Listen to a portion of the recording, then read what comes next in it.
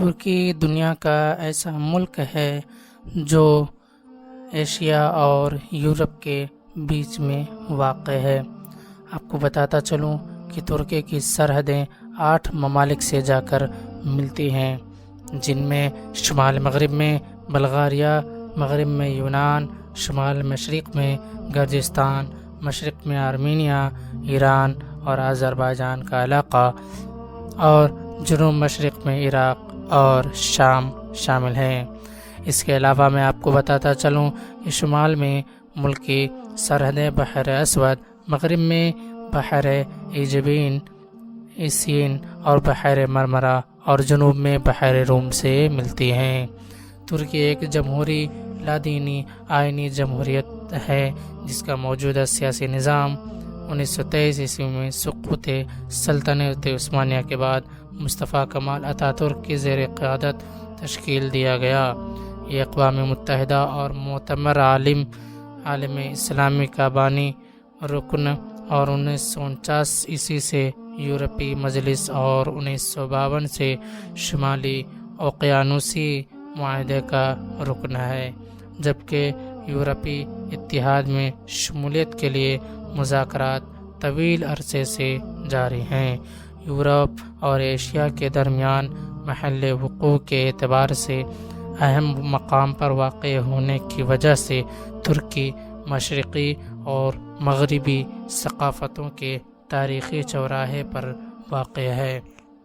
آپ کو بتاتے چلوں کہ جدید ترکی کا موجودہ علاقہ دنیا کے ان قدیم ترین علاقوں میں سے ہے جہاں مستقلاً انسانی تہذیب موجود ہے۔ چتلخوک، چوپنی، نیولا، جوری، خاجیلر، گوبکلی اور مرسین کے علاقے انسان کی اولین آبادیوں میں سے ایک ہیں۔ ترکی کے اناطولیہ ریجن کی تاریخ بہت قدیم ہے۔ یہاں پتھر کے زمانے سے انسان موجود ہے۔ بحر اسود کے ارد گرد کے علاقے میں اب سے 10,000 سال پہلے آبادی کے آثار ملتے ہیں۔ آسانی کے لیے ہم ترکی کی تاریخ کو ان ادوار میں تقسیم کر سکتے ہیں۔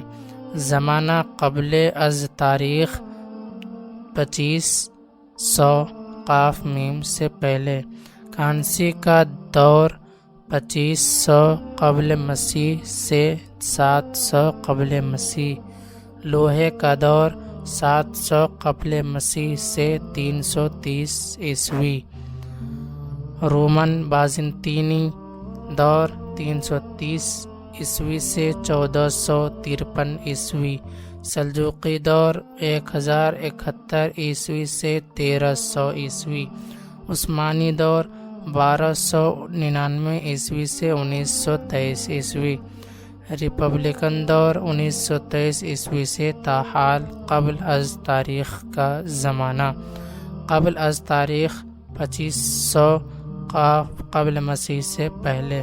ترکی میں قبل از تاریخ کے زمانے کے آثار ملتے ہیں۔ بحر اسود کی تہہ میں انسانی آبادی کے آثار ملے ہیں، جن سے یہ معلوم ہوتا ہے کہ کسی زمانے میں یہ علاقے پانی سے باہر تھے۔ کسی جغرافیائی حادثے کے نتیجے میں بحر اسود کی سطح بلند ہوئی اور یہ علاقے زیر آب آ گئے۔ قدیم زمانے میں اناطولیہ کا بڑا حصہ عراق کی قدیم عقدانی سلطنت کے زیر اثر رہا ہے۔ تاریخی تحقیقات سے معلوم ہوتا ہے کہ سیدنا نوح علیہ السلام کے طوفان کا زمانہ بھی یہی ہے۔